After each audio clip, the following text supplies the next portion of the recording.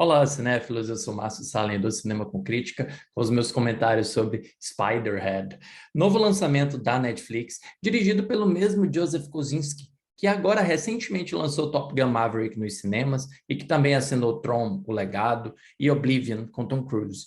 Aqui, ele se reúne de novo com Miles Teller e com o ator Chris Hemsworth para contar uma história de um cientista maluco. Na realidade, Spiderhead é o nome da prisão para a qual alguns detentos se voluntariaram para participar de uns testes muito estranhos de algumas drogas experimentais conduzidas por este cientista interpretado pelo Chris Hemsworth. A primeira coisa que chama logo nossa atenção é a escalação do ator como um super gênio. Bem, é engraçado porque ele se diverte fazendo o papel, ele demonstra algum senso de humor, algum senso de inconsequência, e ele consegue trazer, ou pelo menos ele tenta trazer, algo que existe nesses novos bilionários, que foram temas de alguns documentários ou de algumas minisséries contemporâneas, como Elizabeth Holmes, da Amanda Seyfried, como o Andrew do Jared Leto em We Crashed. Ele traz essa inconsequência, essa irresponsabilidade, esse sentimento de que ele pode fazer o que ele quiser porque ele está realizando algo para o bem da humanidade. Então, não importa o que ele faça. E é perceptível que ele é um sociopata porque ele não enxerga os danos que ele provoca nas pessoas que estão ao seu redor e ele utiliza sua beleza e seu charme para tentar convencer aqueles detentos que se voluntariaram para participar desses experimentos a continuar participando. Esses experimentos giram em torno de algumas drogas que permitem controlar as emoções dessas pessoas. Por exemplo, uma droga que faz as pessoas sorrirem, outra droga que faz as pessoas se apaixonarem.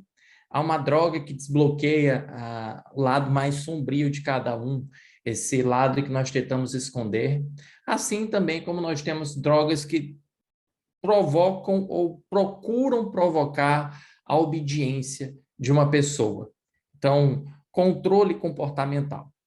O que o Chris Hemsworth está fazendo no filme exatamente não faz muita diferença para a gente tentar entender qual é a lógica que o diretor Joseph Kosinski tenta trazer para a narrativa.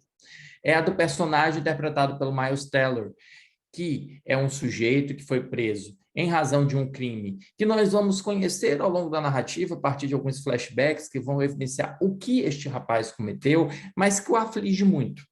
Portanto, esse período que ele passa nessa penitenciária, ou melhor, nesse laboratório de cientista maluco no meio do nada, que parece improvavelmente construído com uma arquitetura incrivelmente ousada e moderna.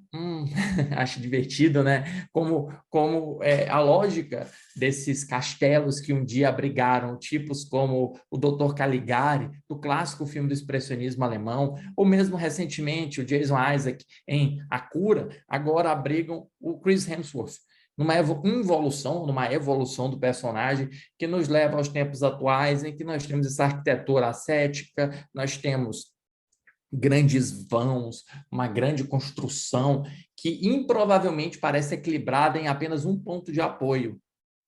É acessível numa ilha muito distante, só por barco e por hidroaviões. Então, vocês podem ver que existe um caráter muito top secret.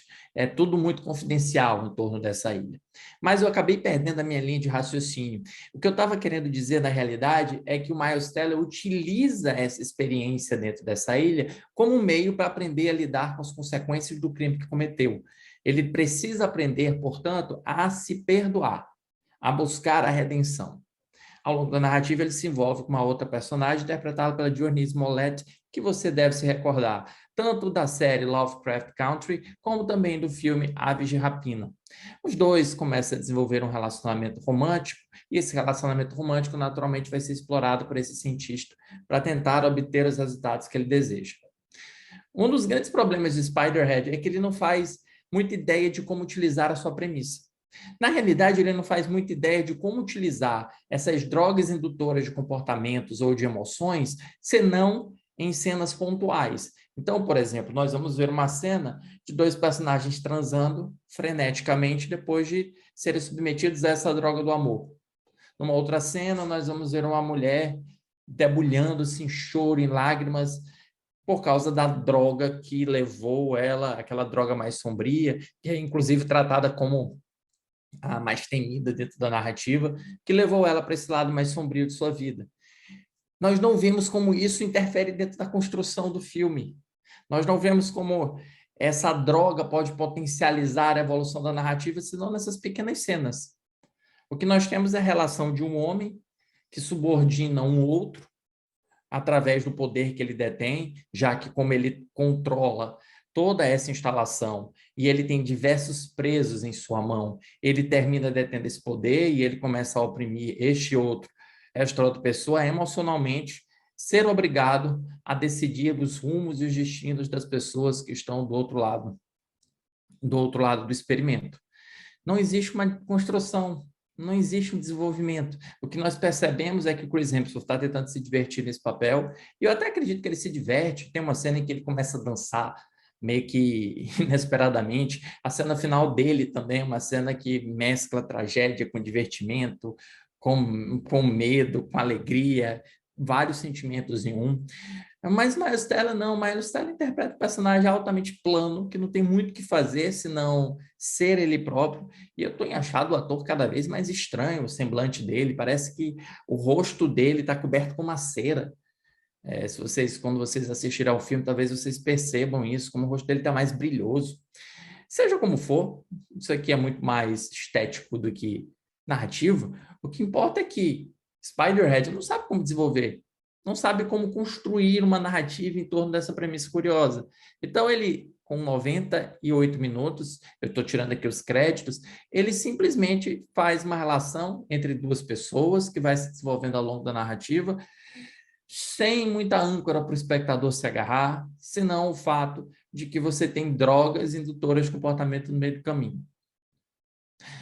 Essa fotografia ascética, em que você tem, como eu já citei, né, lugares muito limpos, corredores muito amplos, vãos muito grandes, aparentemente nada que macule esse ambiente, já é algo que o diretor Joseph Kosinski traz em seus filmes, ou pelo menos trouxe em Tron e Oblivion.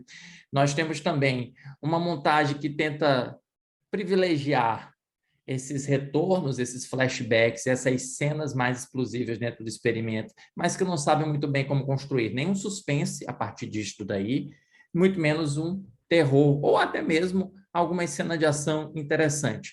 É tudo subfeito. É tudo feito, parece que por encomenda, como se o diretor estivesse sem criatividade, ou não soubesse mesmo o que fazer com o que tem nas suas mãos.